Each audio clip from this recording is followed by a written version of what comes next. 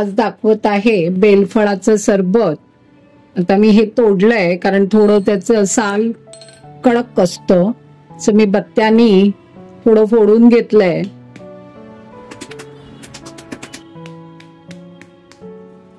उन्हाळ्यात खूप उपयुक्त आहे याचं सरबत।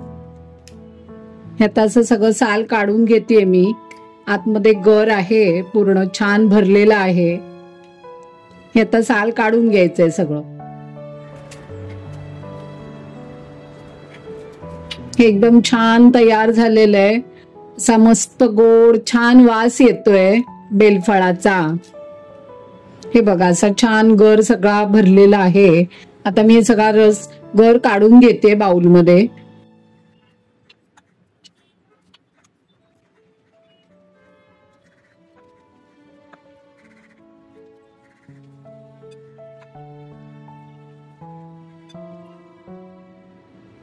सगळा गर आतून काढून घेतलेला आहे।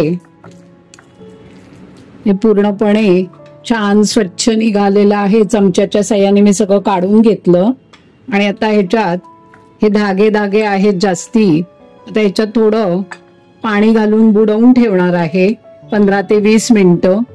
आणि ह्याच्यात बिया पण आहेत। हे सगळं जरा मऊ होईल, थोडा मऊ आहे, अजून मऊ व्हायला हवाय, म्हणून थोडं पाणी घालून 10-15 मिनिटं असाच ठेवून देणार आहे। हा बुडेल इतकं पाणी घालतेय।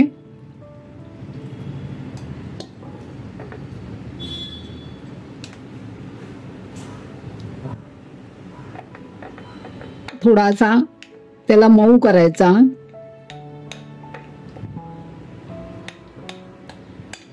त्या रेषा रेषा आहेत आणि बिया आहेत त्या जरा मोकळ्या होतील।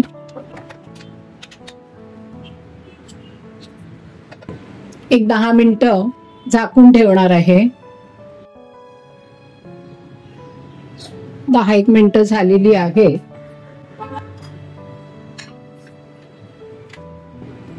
छान रस त्याचा वेगळा झालाय सुट्टा। आता आपण गाळून घ्यायचा आहे हा रस, म्हणजे त्याच्यात ज्या बिया आणि असे धागे धागे आहेत ते सगळे निघून जातील, खाली रस येईल, त्याचा आपण सरबत बनवणार आहोत।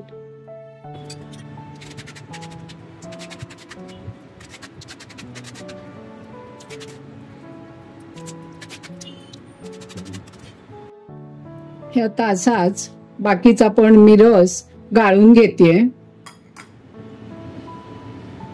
तर रस काढून झालेला आहे गाळून। हे बघा किती छान रंग, पण किती सुंदर, आणि वास त्याचा मधुर सुवास, एकदम मस्त गोड वास येतोय आणि दिसायला पण किती छान दिसतोय रंग। हा एवढा सगळा त्याच्यातनं गाळून पुढे निघाल्याच्यात बिया आहेत आणि असे धागे धागे आहेत, ते गाळूनच घ्यायला लागतं। बिया थोड्याशा कडू असतात। आता आपण बेलफळाचा हा गर झालेला आहे काढून, आता आपण त्याचं सरबत बनवूया।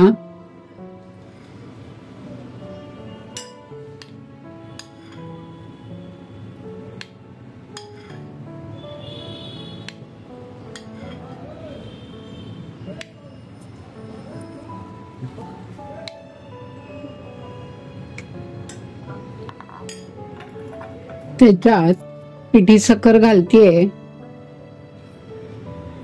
2 चमचे, चवीनुसार मीठ, जिरा पावडर,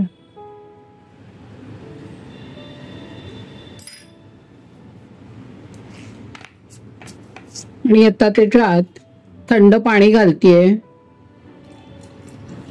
थंड पाणी घाला, साधं पाणी सुद्धा घालू शकता, बर्फ घालायचा, आवडत असेल तर बर्फ पण घालू शकता तुम्ही।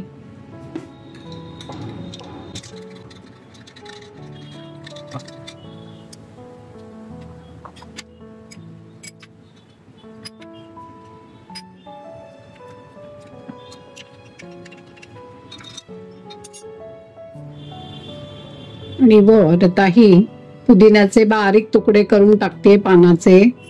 हे ऐच्छिक आहे. तुम्हाला आवडत असेल तर पुदिना घाला, नाही घातला तरी देखील चालेल.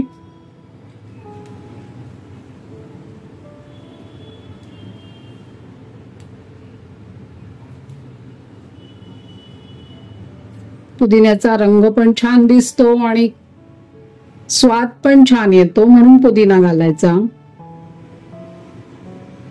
असं हे बेलफळाचं सरबत तयार झालेलं आहे. बेलफळाचं सरबत तयार आहे. आस्वाद घ्या, लाईक करा, शेअर करा आणि कॉमेंट्स करा.